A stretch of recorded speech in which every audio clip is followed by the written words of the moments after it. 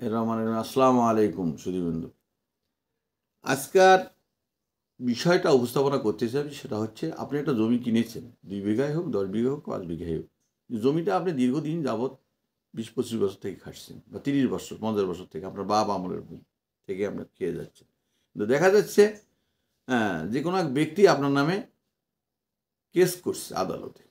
আদালতে কেস করছে, এখন আপনার জমি আপনার দখলে আছে, আপনার জমি 62 আছে, আপনার বিআরএস খতিয়ান আছে, মাঠপট্টা আছে, কিন্তু তারপরেও আপনার নামে কেস করছে। কিন্তু কেস যদি করে থাকে তাহলে পরে এই কেসটা জবাবদিহিতা করার জন্য আপনাকে কোর্টে আপনাকে যা কেসটা ধরতে হবে।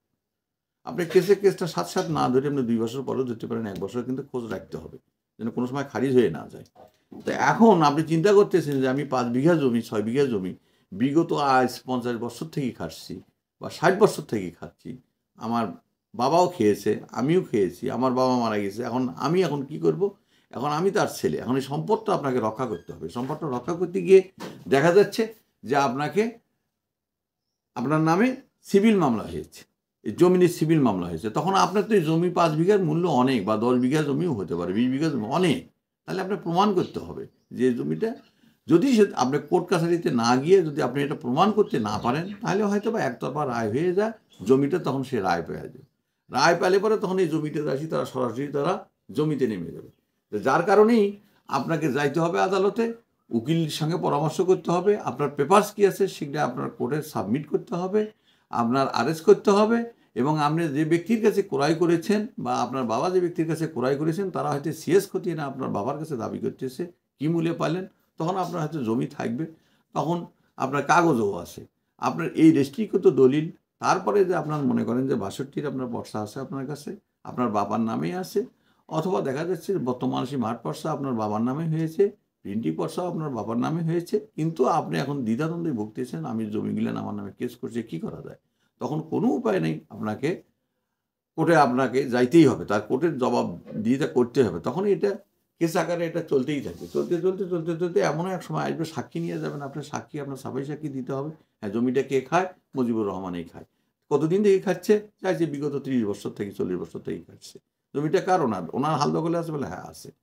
তখন কিন্তু আপনার পক্ষে রায় অলরেডি চলে আসবে, এবং যে ব্যক্তি আপনার নামে কেস করছে সেই ব্যক্তি আদৌ জমি কোনোদিনই পাবে না আইনগত দিক থেকে। তারপরে আপনি যখন ওরা কোনো কিছু, যদি এটা কোনো মিটিং দরবার সালিশে করে, তাও হবে না, কেননা আপনি তো হায়ার উচ্চ আদালতে আপনি গেছেন। উচ্চ আদালতে যেখানে কেসের রায় দিয়ে দেয়, তখন আর সাধারণ জনগণের কোনো কিছু করার থাকে না, তখন ওই জমিটা তারা আর কোনো দিনই নিতে পারবে না। হয়তো বা এটার ব্যাপারে আপনার একটা আপিল করতে পারে তারা। আপনি যখন নিম্ন আদালতে রায় পেলেন, রায় পাওয়ার পর দেখা যাচ্ছে যে উনি ফির আবার আপিল করছে, আপিল করুক, তাদের যায় আসে না। আপিল কেস অনেক দিন পর ধরে, যার কারণেই তো একটা কেস দীর্ঘদিন পরিচালিত হয়। কিন্তু এখন তো উপায় নেই, আপনার তো জমি আছে, আপনাকে তখন কেস খেলতেই হবে। তাছাড়া না তো জমিটা যদি তারা একতরফাভাবে নিয়ে নেয়, তাহলে তারা জবরদস্তি করে আবার জমিনে আপনার দখল নেওয়ার চিন্তা ভাবনা করবে।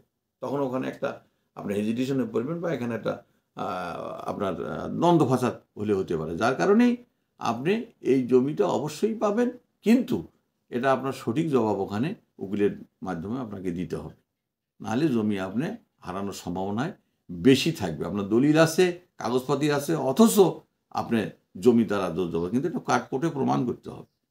দেখা যাচ্ছে যে আপনার বাবা এই জমিটা পূর্বেই কিনেছে অনেক আগে, আপনার জন্মের আগেই। দেখা যাচ্ছে যে যে লোকের কাছ থেকে কিনছে তারা হয়তো বা খাজনা দিতে পারে নাই, তখন মনে করেন তাদের এতে ছিল, আপনার বাবারা হয়তো ছিল, আপনার জমিটা হয়তো নিলাম হয়ে গেছে। সেই জমিটা নিলাম হয়ে যাওয়ার পর বিভিন্ন খতিয়ানে বিভক্ত হয়ে গেছে, 10টা খতিয়ান বা 12টা খতিয়ান, অথবা 18টা খতিয়ানও হতে পারে, 20টা খতিয়ানও হতে পারে। বিভিন্ন নামে এই খতিয়ানগুলোর নাম জারি হয়ে গেছে অলরেডি। তার মধ্যে আপনার নামে একটা খতিয়ান অন্তর্ভুক্ত আছে, সেখানে 20 বিঘা জমি আছে। এই 20 বিঘা জমি মোটেই আপনি খাচ্ছেন, তাহলে কি এই জমিটা আপনি কোনো অবস্থাতে ছেড়ে দেবেন? কোনো অবস্থায় ছেড়ে দেবেন না। আপনি অবশ্যই, এটা আইনগত দিক থেকে এটাতে কোনো সন্দেহ নাই, মাস্ট বি শিওর আপনার পক্ষে রায় চলে আসবে। হ্যাঁ, এটার বিষয়ে আমাদের নাম্বার দেওয়া থাকবে, হোয়াটসঅ্যাপ নাম্বার দেওয়া থাকবে আপনার। হোয়াটসঅ্যাপ নাম্বারে আমাদের সঙ্গে যোগাযোগ করবেন। যোগাযোগ করলে আরও আপডেট আপনাকে আমি বিস্তারিত বিষয় বলতে পারবো। এই বলে আমি শেষ করছি। আসসালামু আলাইকুম।